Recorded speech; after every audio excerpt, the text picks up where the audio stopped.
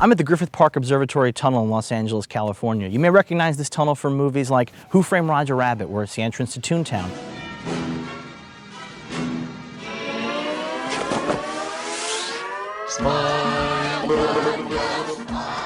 Wargames. This is the tunnel that leads to NORAD, where the Whopper supercomputer is.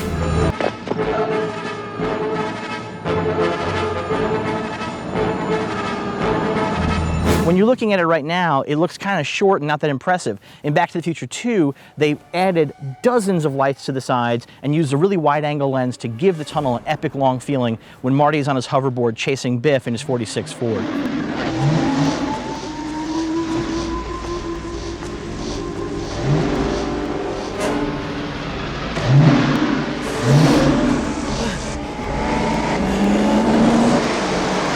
Here's the thing about Los Angeles. This city is full of incredible film history, and nobody gives a crap. This tunnel, which has been in some of the most amazing movies ever made, is totally unmarked. This could be any random generic tunnel as far as people who drive through it are concerned. But in reality, this is where some of the best movie magic of my lifetime has occurred.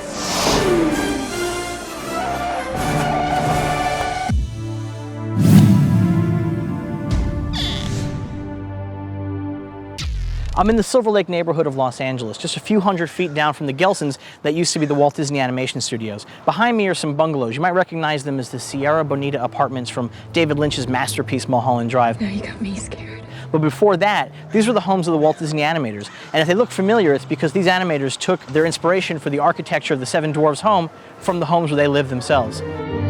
I like it here.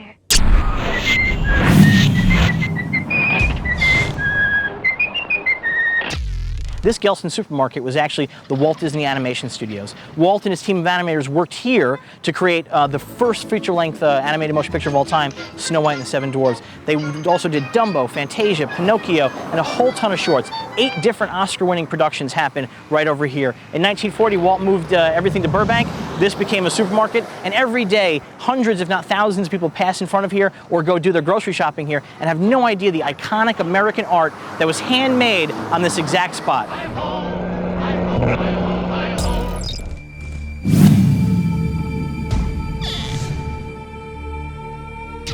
Behind me is John Marshall High School. You might recognize it from Buffy the Vampire Slayer, the movie, not the TV show. This is the high school that Buffy attended. You have been chosen, Buffy. To do what? To stop the vampires. Most famously, this is Springwood High from the original and best Nightmare on Elm Street.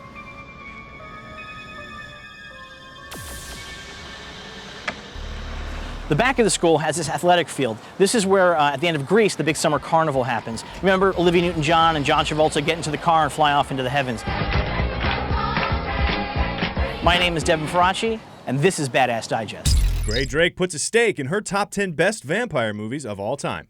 Uncle Al and Jack argue if it's aliens or North Koreans attacking Seattle in Red Dawn.